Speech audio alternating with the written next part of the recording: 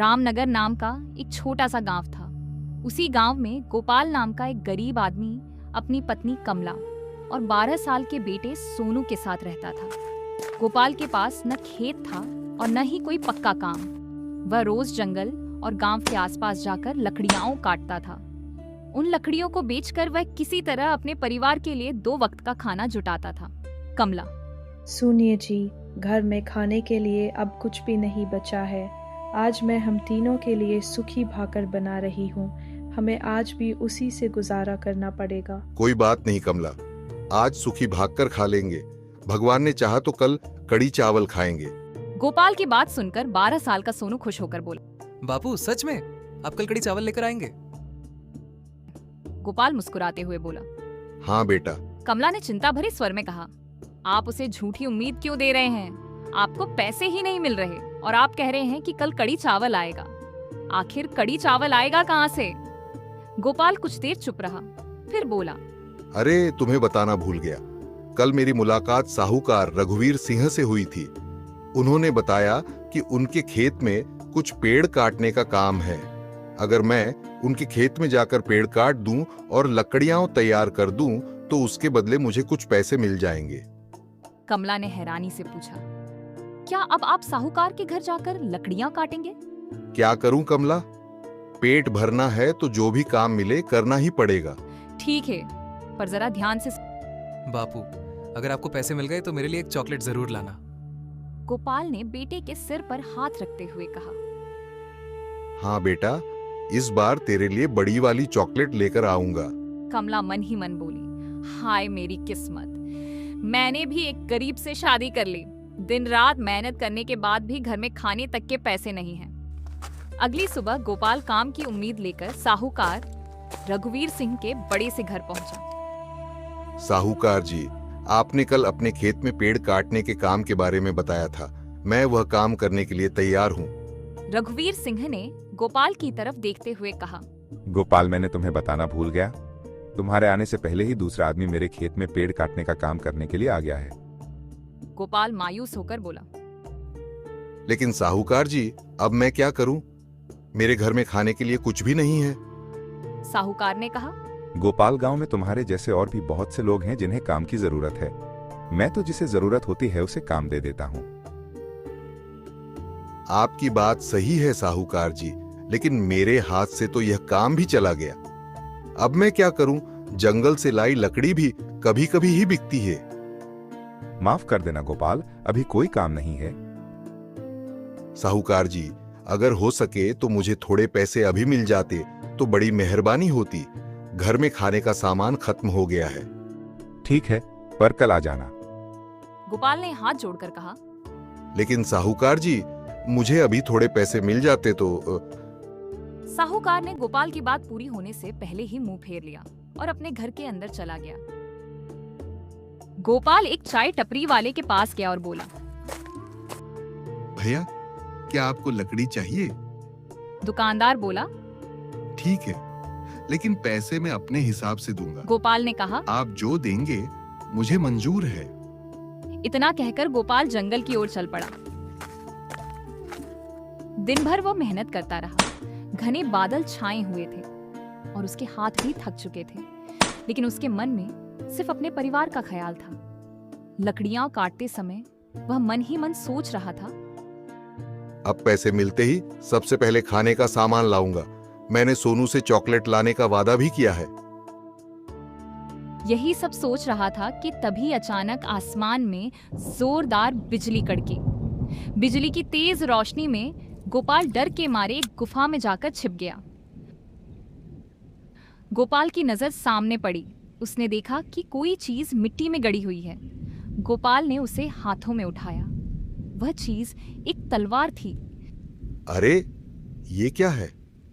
मैंने तो सोचा था कि शायद कोई कीमती चीज होगी, लेकिन ये तो एक पुरानी तलवार है। पता नहीं कितने सालों से यहाँ पड़ी होगी। गोपाल तलवार को अपने साथ लेकर घर की तरफ चल पड़ा। घर पहुंचते ही सोनू दौड़कर उसके पास आया। सोनू, बापू आप आ गए, चॉकलेट लेकर आए हैं ना? गोपाल ने मायूसी से सिर हिलाया। नहीं बेटा, आज भी कुछ नहीं ला पाया। सोनू का चेहरा उदास हो गया। बेटा मुझे माफ कर देना। कमला ने चिंता से पूछा, क्या हुआ जी, आज भी मजदूरी नहीं मिली?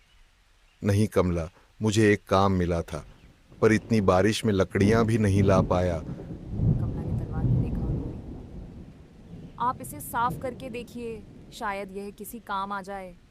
गोपाल ने कपड़ा लिया और तलवार पर लगी मिट्टी साफ करने लगा। जैसे जैसे वह तलवार को साफ करता गया, अचानक तलवार से तेज रोशनी निकलने लगी। सोनू डरकर अपनी माँ के पीछे छिप गया। सोनू, माँ मुझे डर लग रहा है, इस तलवार से नीली रोशनी कैसे निकल रही है? गोपाल भी हैरान होकर तलवार को देखने लगा। मुझे खुद कुछ समझ नहीं आ रहा। मैं तो इसे एक साधारण पुरानी तलवार समझकर घर ले आया था। मुझे क्या पता था कि इसमें ऐसी शक्ति छिपी होगी। कहीं इस तलवार में कोई भूत तो नहीं है? इसे बाहर फेंकाइए। मैं इस जादुई तलवार को घर में नहीं रखना चाहती। तभी अचानक तलवार के अंदर से एक रहस्यमयी आवाज गूंजी। गोपाल, तुम्हें और तुम्हारे परिवार को मुझसे डरने की जरूरत नहीं है। गोपाल, कमला और सोनू तीनों डरकर एक दूसरे को देखने लगे। तलवार से आवाज आई, यह तलवार तुम्हारे पास आई है, यह कोई साधारण तलवार नहीं है। मायावती तलवार की बात सुनकर गोपाल तलवार से बोला, अगर इस तलवार में इतनी शक्ति है, तो क्या ये हमारी कोई भी इच्छा पूरी कर सकती है? तलवार से आवाज आई, हाँ गोपाल, मैं तुम्हारी हर इच्छा पूरी कर सकती हूँ। तुम जो भी मांगोगे वह तुम्हारे सामने प्रकट हो जाएगा, लेकिन इसकी एक शर्त है। गोपाल, कैसी शर्त? हर इच्छा की एक कीमत होगी। जब भी तुम इस तलवार से कोई बड़ी इच्छा मांगोगे, तुम्हारे जीवन की कोई प्रिय चीज तुमसे दूर हो सकती है, इसलिए सोच समझकर इच्छा मांगना। माँ, अगर ये तलवार हमारी इच्छा पूरी कर सकती है तो हम खाने की चीजें क्यों नहीं मांग लेते? बेटा बात तो सही है, लेकिन हमें सावधानी से मांगना होगा। गोपाल ने तलवार की तरफ देखते हुए कहा। हमें बहुत सोच समझकर फैसला करना होगा। बिना सोचे कोई इच्छा मांगना ठीक नहीं है। कमला बोली, लेकिन इतने सालों से हम गरीबी में रह रहे हैं, कभी पेट भर खाना नहीं मिलता। अगर हमारे पास खाने की कोई कमी ही न रहे तो इसमें बुराई क्या है? बापू, मुझे बहुत दिनों से दाल चावल खाने का मन है। गोपाल ने अपने बेटे का उदास चेहरा देखा। वह कुछ देर चुप रहा और फिर बोला, ठीक है, लेकिन मैं सिर्फ उतना ही मांगूंगा जितना हमारे परिवार के लिए जरूरी है। गोपाल ने जादुई तलवार से बोला, ये जादुई तलवार, मेरे घर में कभी खाने की कमी ना हो। हमारे घर में अनाज, दाल, चावल और फल हमेशा मौजूद रहे और हमारा यह कच्चा घर एक मजबूत पक्का घर बन जाए। इतना कहते ही तलवार तेज नीली रोशनी से चमकने लगी। कुछ ही पलों में गोपाल की झोपड़ी बदलकर एक सुंदर पक्का घर बन गई। घर के अंदर अनाज की बोरियां, दाल, चावल, फल और मिठाइयां दिखाई देने लगी। सोनू खुशी से उछल पड़ा। सोनू, वाह बापू, अब हमारे घर में खाना ही खाना है। कमला भी खुशी से बोली। कमला, देखा जी, मैंने कहा था ना, ये तलवार हमारे लिए वरदान है। सोनू ने मिठाई उठाई और खुशी से खाने लगा। गोपाल भी मुस्कुराया, लेकिन उसके मन में तलवार की बात घूम रही थी। लेकिन इस इच्छा की कीमत क्या होगी? रात को तीनों ने कई दिनों बाद पेट भर खाना खाया और चैन से सो गए। अगली सुबह गोपाल रोज की तरह काम पर जाने के लिए घर से बाहर निकला। तभी उसकी नजर आंगन में लगे आम के पेड़ पर पड़ी। गोपाल अचानक रुक गया। आम का पेड़ पूरी तरह सूख चुका था। उसकी हरी पत्तियां गायब थीं और सारी शाखाएं सूखी हुई थीं। गोपाल धीरे धीरे पेड़ के पास गया। उसने पेड़ के तने पर हाथ रखा और उसकी आंखें नम हो गईं। गोपाल, नहीं, ये कैसे हो गया? उसे तुरंत मायावती तलवार की बात याद आई। हर इच्छा की एक कीमत होगी। गोपाल समझ गया कि जादुई तलवार ने अपनी पहली कीमत ले ली थी। ये वही आम का पेड़ है जिसे मैंने और कमला ने मिलकर लगाया था। हमने इसे इतने सालों तक अपने बच्चों की तरह पाला था। तभी कमला बाहर आई। क्या हुआ जी, आप यहाँ क्यों खड़े हैं? गोपाल ने सूखे पेड़ की तरफ इशारा किया। देखो कमला, हमारी पहली इच्छा की कीमत इस पेड़ को बनाकर ली गई है। कमला ने पेड़ को देखा, लेकिन फिर बोली, पेड़ ही तो है जी, अब हमारे पास पक्का घर है और घर में भरपूर खाना भी है, गोपाल ने कहा। नहीं कमला, बात सिर्फ पेड़ की नहीं है। अगर हर इच्छा के बदले हमारी कोई प्रिय चीज हमसे दूर होती गई तो एक दिन हमारे पास कुछ भी नहीं बचेगा। कमला बोली, लेकिन अब हमारे पास जादुई तलवार है। हमें रोज रोज दूसरों के पेड़ काटने की मजदूरी करने की क्या जरूरत है? गोपाल ने सिर हिलाया। मैं मेहनत करना नहीं छोड़ूंगा। बिना मेहनत के मिला सुख मुझे सही नहीं लगता। कमला नाराज होकर बोली, आप हमेशा यही सोचते हैं। इतने सालों से हम गरीबी में जी रहे हैं। अब हमारे पास मौका आया है तो आप उसका फायदा भी नहीं उठाना चाहते। गोपाल ने शांत होकर कहा। कमला, खाने और घर की जरूरत पूरी करना मजबूरी थी, लेकिन महंगे कपड़े, गहने और दूसरी चीजें सिर्फ इच्छा के लिए मांगना ठीक नहीं होगा। सोनू भी वहां आ गया। सोनू, माँ, मुझे तो बस एक साइकिल चाहिए। कमला ने सोनू को देखा और बोली, देखो, बच्चे को भी अपनी छोटी सी इच्छा पूरी करने की जरूरत है। गोपाल कुछ नहीं बोला। धीरे धीरे छोटी छोटी बातों को लेकर गोपाल और कमला के बीच बहस होने लगी। कमला कहती, हमारे पास जादुई तलवार है, फिर भी हम पहले जैसे ही क्यों रहे? गोपाल जवाब देता, क्योंकि हर इच्छा की कीमत हमें ही चुकानी है। कुछ दिनों बाद कमला ने गोपाल से छिपकर जादुई तलवार के सामने अपनी इच्छा रख दी। हे जादुई तलवार, मुझे अच्छे कपड़े, सुंदर गहने और सोनू के लिए ढेर सारे खिलौने चाहिए। तलवार चमक उठी।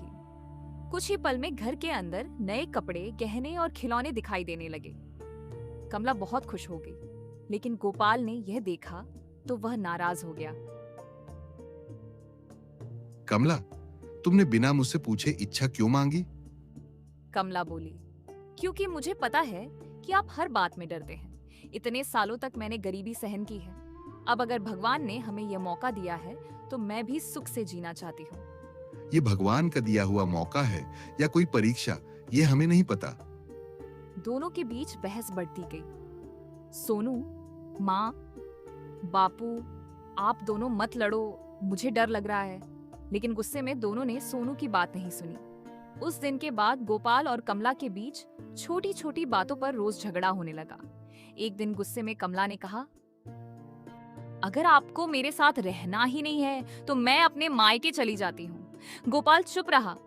कमला ने अपना सामान उठाया और घर से चली गई। सोनू को वह अपने साथ नहीं ले गई। कमला के जाते ही गोपाल की आंखें भर आईं। उसने जादुई तलवार की तरफ देखा और दुखी होकर बोला, मायावती तलवार सही कह रही थी। इस तलवार ने अपनी कीमत लेनी शुरू कर दी है। पहले हमारा पेड़ गया और अब मेरी कमला मुझसे दूर हो गई। अगली सुबह गोपाल ने फैसला किया कि वह जादुई तलवार को हमेशा के लिए अपने घर से दूर कर देगा। वह तलवार लेकर घर से बाहर निकलने लगा। तभी अंदर से सोनू की दर्द भरी आवाज आई। बापू। गोपाल तुरंत घर के अंदर भागा। उसने देखा कि सोनू अपने पेट को पकड़कर रो रहा था।